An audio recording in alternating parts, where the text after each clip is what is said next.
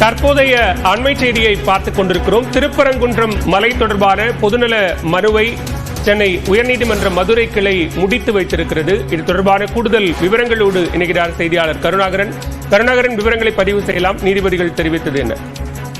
பாலவேல், அதாவது திருப்பரங்குன்றம் மலையில் பழமையான முருகன் கோயில் உள்ளது. அதே போன்று மலை உச்சியில் சிக்கந்தர் தர்கா உள்ளது. தற்பொழுது அந்த இரு தரப்பினரும் வழிபாட்டு உரிமை குறித்து பிரச்சனை நிலவி வருகிறது. இந்த சூழலில் மதுரையைச் சேர்ந்த சமூக ஆர்வலர் K. ரமேஷ் என்பவர் உயர்நீதிமன்ற மதுரை கிளையில் ஒரு மனு தாக்கல் செய்திருந்தார். அந்த மனுவில் அதாவது இந்த போன்ற பிரச்சனை இருப்பதால் திருப்பரங்குன்றம் மலையை அது பழமையின் கருதி மத்திய தொழில்துறை கட்டுப்பாட்டில் கொண்டு வர வேண்டும் என்று மனு தாக்கல் செய்திருந்தார். இந்த மனு நீதிபதிகள் நிஷா பானு ஸ்ரீமதி அமரும் முன்பு விசாரணைக்கு வந்தது.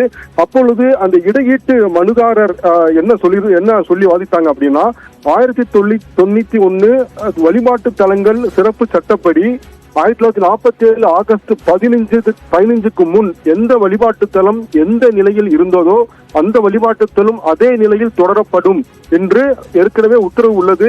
இந்த உத்தரவு உச்சநீதிமன்றம் பலமுறை பல வழக்குகளில் சுட்டிக்காட்டியுள்ளது. ஆனால் இந்த உத்தரவு அயோத்தியா, அதாவது பாபர் மசூதி வழக்கு மட்டும் பொருந்தாது. எனவே இந்த மனுவை விசாரணைக்கு உகந்தது அல்ல என்று வாதிட்டார் இடையீட்டு மனுதாரர்.